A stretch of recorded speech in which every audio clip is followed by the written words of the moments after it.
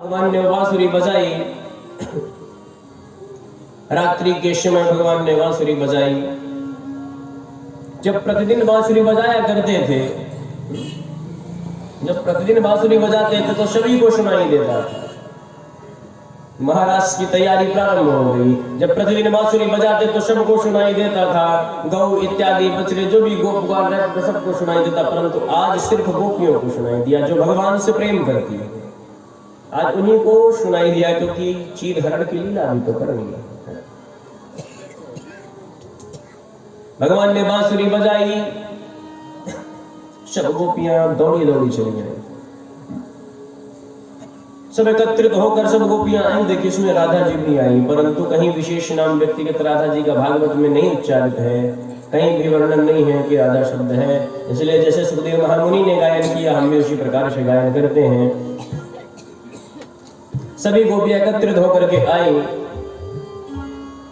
तब भगवान ने देखा और बांसुरी बजाकर बुलाया भगवान ने ही था।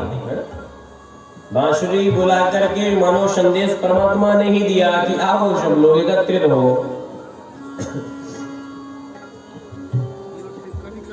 परंतु जैसे सब गोपियां आई तो कहती हैं, भगवान कहते हैं अरे आओ आओ गोपियों तुम्हारा स्वागत है।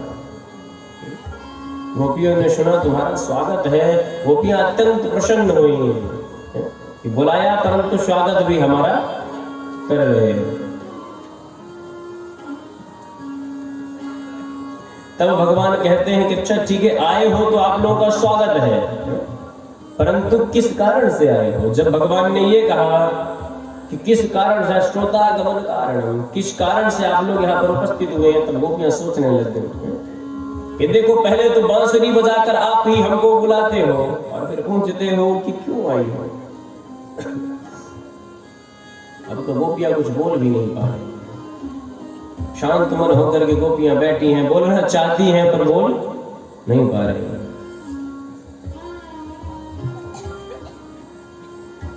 भगवान ने गोपियों को बड़ा सुंदर उपदेश दिया कि देखो गोपियों,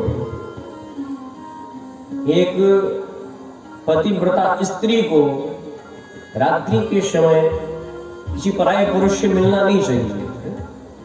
मैंने तुम्हें बुलाया नहीं, तुम लोग किस कारण से आई हो मुझसे मिलने के लिए। गोपियों से तो भैया बर्दाश्त नहीं हुआ कि पहले तो खुद बांसुरी बजाकर बुलाते हो और फिर पूछते हो किस कारण से आई हो और उपदेश भी दे रही हो। तब गोपियों ने खरी खोटी सुनाना प्रारंभ कर दिया। एक बड़ी गोपी थी, उसने कहना प्रारंभ कर दिया। बड़ी गोपी का मतलब है, आप लोग समझ रहे होंगे कि बड़ी गोपी कौन है। समझ रहे हैं कि नहीं समझ रहे हैं। मैंने पहले ही बताया कि जहां भी राधा जी का शब्द आया है, सुखदेव महामुनि ने शब्द का नाम उच्चारण नहीं किया, वहां पर एक गोपी नाम से संबोधित किया है, गोपी कह दिया है। तो विशेष गोपी ही वही राधा है। विशेष गोपी का जो उच्चारण है वो राधा नाम ही है। तब उन्होंने कहा, एक विशेष गोपी ने कहना प्रारंभ किया, तुम तो पहले हमको बुलाते हो फिर हमसे पूछते हो कि किस लिए आए हो। गोपियों ने बड़े सुंदर सुंदर भगवान को उदाहरण दिए।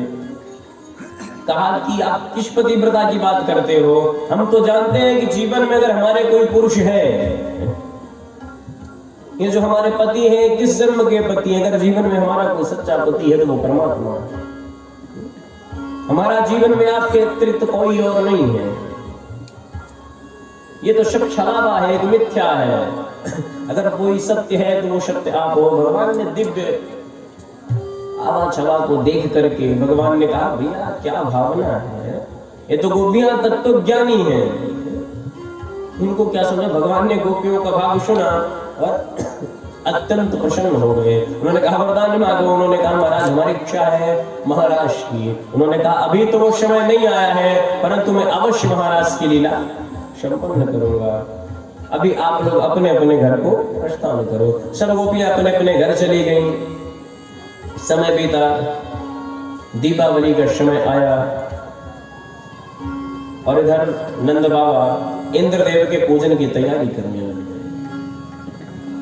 इधर इंद्र पूजन की तैयारी प्रारंभ। अब कन्हैया ने देखा महाराज इंद्र देवता का पूजन प्रारंभ हुआ। तो बाबा से कहते हैं बाबा ये क्या हो रहा है?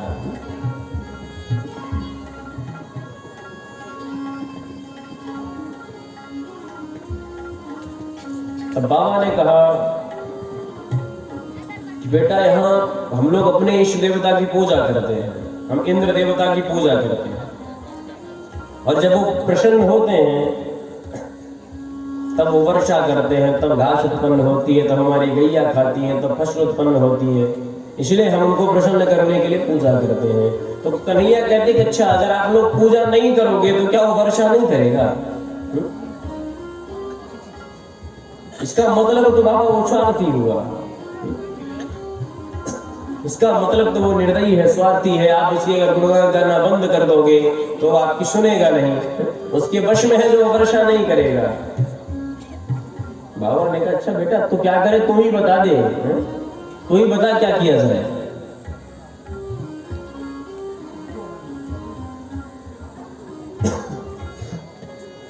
तब भगवान ने कहा कि देखो बाबा, पूजा हम इंद्र की करते हैं, परंतु हमें घास कहां से उत्पन्न होती है? बोले यही पहाड़ जंगलों से। उन्होंने बोला तब फिर उनकी पूजा हम क्यों करें? बोले तो किसकी पूजा करें? बोले चलो हमारे देवता की पूजा करो जो हमको इतना बड़ा पहाड़ दिया है, जहाँ हमारी गैया विचरण करती है, जहाँ हमारी गैया घास खाती है, उनका पेट भरता है, उस देवता का पूजन करो। बाबा ने पूछा अच्छा तेरा देवता है कौन भैया, बता तो सही कौन है? उन्होंने कहा हमारे देवता है ना प्रत्यक्ष गोवर्धन महाराज। उन्होंने कहा अच्छा भैया गोवर्धन महाराज तेरे पूजा चल दिखाइयो निकते। सब गए, ग्वाल ग्वाल देखे, सब गोवर्धन महाराज के दर्शन किए। बोले हाँ भैया ठीक, कोई बात नहीं, अगर तू कहता है तो हम इस बार तेरे भगवान की पूजा करके देख लेते हैं। भगवान ने कहा हर प्रकार से तुम्हारी रक्षा करेंगे। उन्होंने कहा अच्छा हर प्रकार से हमारी रक्षा करेंगे? बाबा ने कहा हाँ बेटा हर प्रकार से तुम्हारी रक्षा करेंगे। अब तो चले सब लोग, भैया जितने ग्वाल वाल थे सबने बढ़िया धूमधाम से पूजन की तैयारी प्रारंभ कर दी। जमुना जी से जल लेकर के आते और गोवर्धन महाराज को नहलाना प्रारंभ कर देते। अब भगवान ने देखा, बाबा ने कहा भैया तेरे महाराज को हम कितना नहलाएं? 7 कोस के पर्वत है ये, 7 कोस की लंबाई है उनकी, 7 कोस। 7 कोस तो बहुत बड़ा हो गया। इनको स्नान कराते कराते नहलाते नहलाते तो भैया लगता है पूरा जीवन बीत जाएगा। किसी पर्वत को आप पानी से अगर एक बाल्टी पानी डालोगे तो सींच पाओगे? कभी नहला पाओगे? नहीं नहला सकते। तब भगवान ने वहां पर मानसी गंगा का बड़ा दुर्भाव किया, अपने मन से गंगा को प्रकट किया, जिसका नाम मानसी गंगा पड़ा। बोले मानसी गंगा की। आज भी आप जब वृंदावन जाएंगे, गोवर्धन जाएंगे परिक्रमा देने के लिए, तो परिक्रमा में एक मानसी गंगा पड़ती है, उसमें स्नान करके जितनी भी व्यक्ति की थकावट होती है वो सब दूर हो जाती है। इस प्रकार सबने बड़े धूमधाम से गोवर्धन महाराज का पूजन किया। पूजन करने के बाद सब श्रीधाम वृंदावन अपने घर को लौट करके आए, और जब सब अपने घर को लौट करके आए तब भैया अब तो बड़ा सुख हुआ। अब जैसे देवराज इंद्र को पता चला कि इस बार इन ग्वालों ने मेरी पूजा न करके गोवर्धन की पूजा की है, तब मेघदेव को आदेश दिया कि जाओ और सारे वृंदावन को जलमग्न कर दो। मूसलाधार वर्षा प्रारंभ हो गई। अब भैया जब सबने देखा रे मूसलाधार वर्षा प्रारंभ, तो लगता है सर्वनाश हो जाएगा, प्रलय ही आ गई। तब बाबा ने कहा भैया एक बात बता, तेरे कहने पर हमने तेरे देवता की पूजा की, देख तेरे देवता की हमने पूजा कर ली तो हमारा देवता नाराज हो गया। अब हमारा देवता नाराज हो गया तो तू ही हमारी रक्षा कर, हम तो कुछ नहीं जानते। अब तुझे जैसे हमारी रक्षा करना है तो अपने देवता से बोल हमारी रक्षा करें।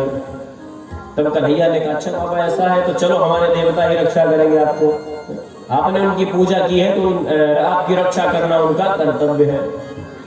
अब भैया सब बैलगाड़ी लेकर के चल दिए गोवर्धन।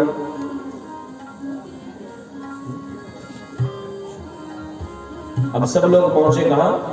गोवर्धन। गोवर्धन पहुंचे, भगवान ने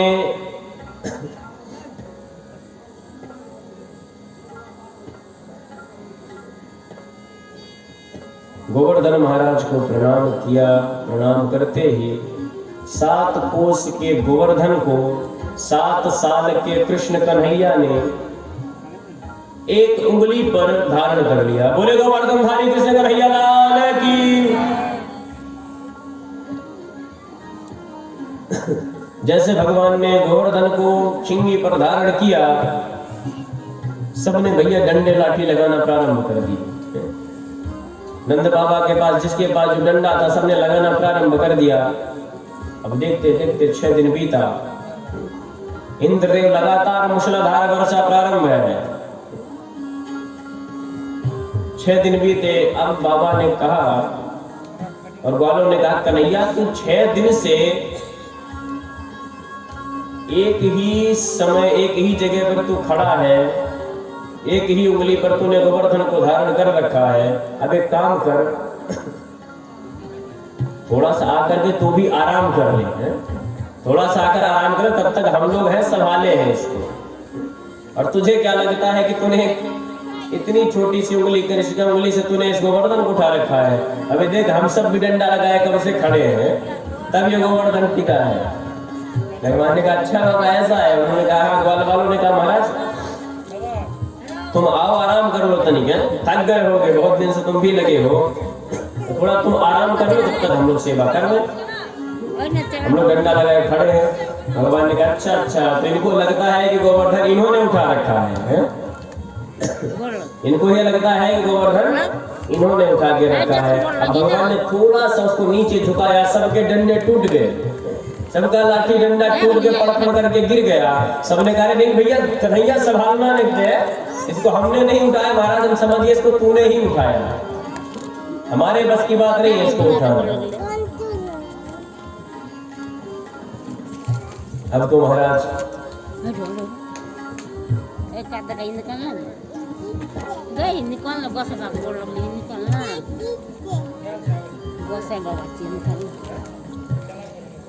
समय बीता, 7वां दिन पूर्ण हुआ। इंद्र को बड़ी लज्जा आई, ये देख करके इंद्र को बड़ी लज्जा आई कि अरे मैंने परमात्मा का अनादर कर दिया। इधर भगवान ने गोवर्धन पर्वत को धरा, वर्षा विश्राम हुई।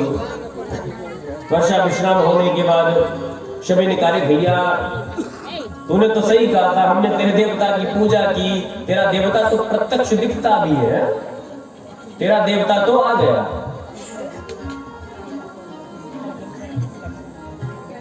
तेरे देवता ने तो सच में भैया हमारी रक्षा कर ली, तेरा देवता तो महान है। उन्होंने कहा, महाराज हाँ, अगर इन्होंने आपकी रक्षा की है तब इनकी धूमधाम से पूजा करो। कहा, हाँ भैया आपको तो पूजा करनी चाहिए। अब आखिर में गोवर्धन महाराज की पूजा तो करनी ही चाहिए, क्योंकि रक्षा तो सबकी उन्होंने ही की है। तब एक ग्वाला बोला, भैया एक बात बता, तू 7 साल को है, जो हम खाया करें तो वो भी खाया करे, हमारे साथ तूने भी माखन खाया, हमने भी माखन खाया, देवता तेरे अंदर इतनी शक्ति कहां से आ गई जो तूने गोवर्धन को उठा लिया? मुझको तो लगता है तू परमात्मा है। भगवान ने कहा, ये ऐसी बात नहीं है। भगवान ने तुरंत बालों पर मोह का पर्दा डाल दिया, बोले ऐसी बात नहीं है। मैं अपने भगवान को प्रणाम किया, मेरे भगवान ने मेरे कान में एक मंत्र बोला, और उस मंत्र को मैंने पढ़ करके इस पर्वत को उठा लिया। उस मंत्र को जैसे मैंने पढ़ा तो जितने लोग हैं सबकी शक्ति मेरे अंदर आ गई, और मैंने उसको शक्ति से उठा लिया। एक बोला, अच्छा तभी मैं सोचूं कि मुझे थोड़ा कमजोरी लग रहा है, कि मेरा शरीर थोड़ा कमजोर हो गया है। अब पता चला कि मेरी शक्ति तेरे अंदर चली गई थी, इसलिए तभी मैं सोचूं कि आखिर तूने इतना बड़ा पर्वत कैसे उठा लिया। इसीलिए तूने थोड़ा नीचे किया तो सबके डंडे टूट गए, सब झुक के नीचे गिर गए, सबकी शक्ति तो तूने ले रखी है। अब तो भैया नंद बाबा ने कहा, अच्छा लल्ला एक बात बता, तेरे देवता ने हमारी रक्षा तो कर ली, पर इनकी पूजा कैसे करें? बोले महाराज धूप दीप दिखाओ, अक्षत पुष्प चढ़ाओ, पूजा करो और भोग लगाओ, 56 भोग लगाओ। बोले अच्छा भाई 56 भोग तेरे देवता खाते भी हैं? उन्होंने कहा हाँ खाते हैं ना। बोले भैया पर्वत कैसे खा सकता है? उन्होंने बोले भोग लगाओगे प्रेम से तो क्यों नहीं खाएगा? भैया गोवर्धन महाराज को यहाँ पर लाया जाए और गोवर्धन महाराज का पूजन प्रारंभ कराया जाए। हमारे और आपके बीच में भी गोवर्धन महाराज कुछ ही क्षण में पधार रहे हैं। तब तक हम प्रेम पूर्वक कथा श्रवण पान करते हैं। नंद बाबा से कृष्ण कहते हैं कि तुम 56 भोग लगाओ। अच्छा 56 भोग भगवान को क्यों लगता है? विशेष बात ध्यान दीजिएगा। हम 56 भोग क्यों लगाते हैं भगवान कृष्ण को? भगवान कितने साल के हैं? अभी मैंने क्या बताया, कितने वर्ष के हैं भगवान? 7 वर्ष के भगवान ने 7 कोस के पर्वत को उठा लिया। भगवान कितने दिन तक पर्वत को उठाए रहे? 7 दिन तक। कितने दिन तक? 7 दिन तक धारण करके रखा। और एक दिन में माता जो यशोदा जी हैं भगवान को कितनी बार खिलाती थी?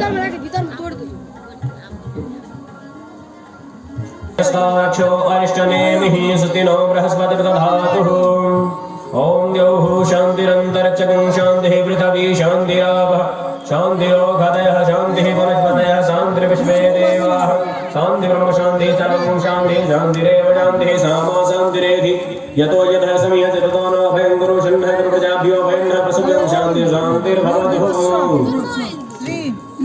सब लोग प्रेम करो, एक लोग। गोवर्धन देवता यहाँ गच्छ यह तीर्थ तो जल लिया।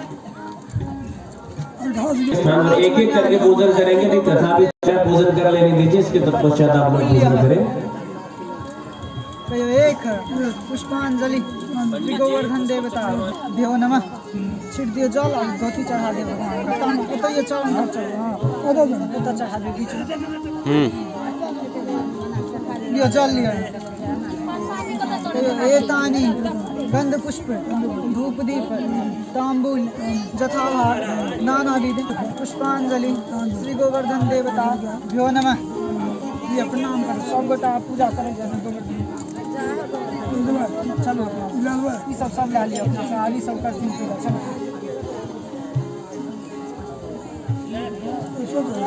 हाँ पैसे चाहिए।